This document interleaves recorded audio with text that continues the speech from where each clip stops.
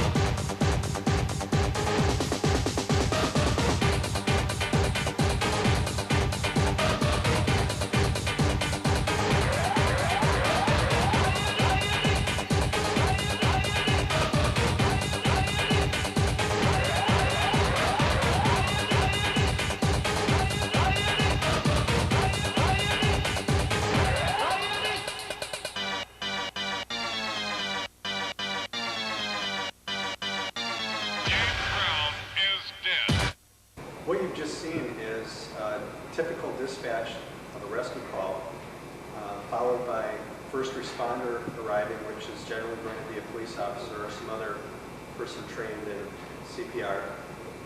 And they've begun to do manual CPR. But once the rescue squad arrives on the scene, our department has a device called the thumper, which does CPR automatically without the need for tying up two rescuers on the scene. And at this time I'd like to demonstrate how the thumper works. We have a resuscitating mannequin here, and we'll place it on the machine as it would be at the scene of a cardiac arrest.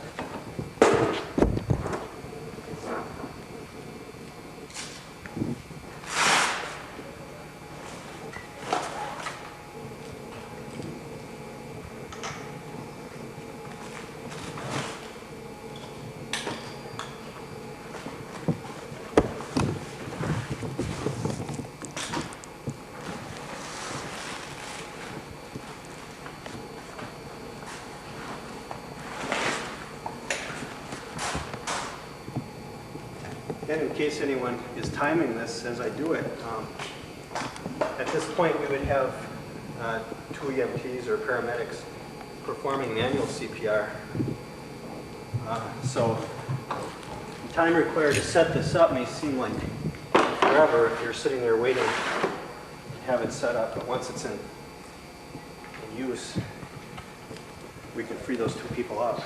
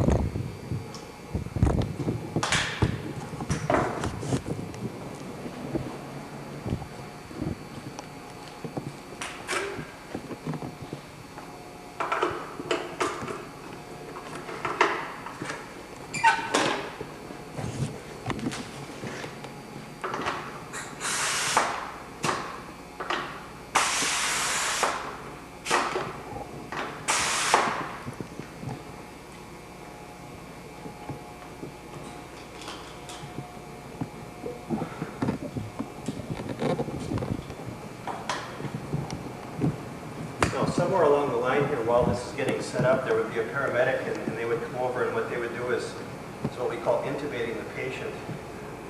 And that is when a tube is placed down into the trachea, and therefore we don't have to be so concerned about getting a good seal around the mouth and everything.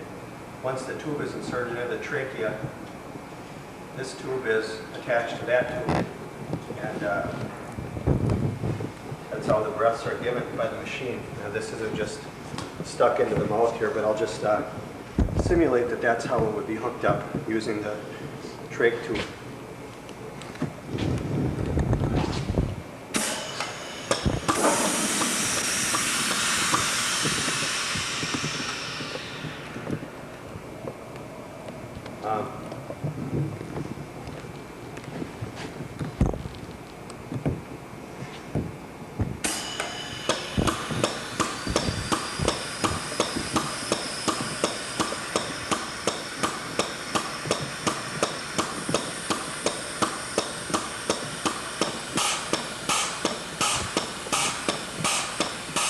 That's all there is to it. It gives adequate compression, it gives breaths, and at this time we could go and assist the paramedics in administering drugs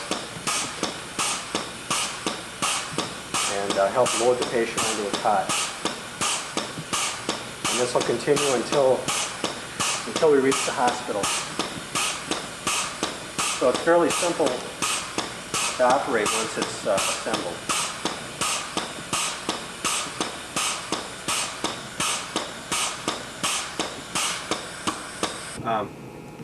One of the calls our department responds to are calls for diabetic problems, and those of you who aren't familiar with diabetes, there are two conditions that would cause a problem for those patients, and that is if you have too much sugar in your blood, and that would be caused by the pancreas not being capable of producing insulin to metabolize the sugar into the bloodstream. And that would cause a condition where you'd have too much sugar in your bloodstream, and sugar being the energy that your brain needs to function, that would cause a problem. The other condition would be a condition called hypoglycemia, which characterized by low blood sugar. And in that condition, what happens is a person is producing no insulin, and these people are taking insulin shots, and they take their normal insulin dose, and then they either overexert themselves and burn up all the sugar that they have available, or they don't eat properly. And those conditions could cause hypoglycemia, low blood sugar. And so one of the pieces of equipment that we use on a typical diabetic call would be a blood glucose tester, and I'm going to demonstrate that now. Okay, what we need to do here first is get a blood sample. And since nobody here wants to volunteer, go ahead and take a sample of my own. That didn't hurt too bad. Okay, all we do is gotta put it in the right way.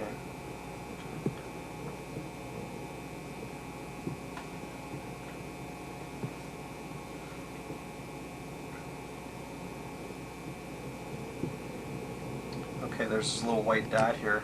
All we have to do is apply the sample to that little dot, close the door, and wait for the result to appear. Okay, can you see that number there? Mm-hmm. Okay, that shows that my blood glucose is 81%. Another handy device that the paramedics use on calls is called a pulse oximeter. And what it'll do is it'll read the oxygen saturation of a person's blood, and it'll also read out the pulse. And the reason that this is handy is because when we're en route to the hospital, it's real hard to take a pulse reading with the bumps and everything that are going on within the rescue squad. So this device can keep a running pulse indication for us as we're en route to the hospital. And it also does something that we wouldn't be able to do without it. And that is to take the oxygen saturation of the blood. So I'll just turn it on here, and we'll demonstrate it. This device slips over a person's finger, and that's the sensing device. And you can hear that it's starting to count my the pulse. And in a second here we'll get my oxygen saturation level in my blood, which is 98% right now, and that's well within normal. A normal person has in the high 90s to low 100s for oxygen saturation. And if we switch it over, it'll read the pulse. And again, that's real valuable on the way to the hospital, so that we can monitor the patient's vital signs. We just got a new piece of equipment at our department. We haven't started using it yet, but it will take blood pressures also on the way to the hospital, so we can keep close tabs on a patient's condition as we're en route. And it'll also keep track of, not this, well, this device will too, but the new device that we've just purchased will keep track of the blood pressure readings, so that we can get a printout of them after we arrive at the hospital. I'll try holding my breath here and see what happens.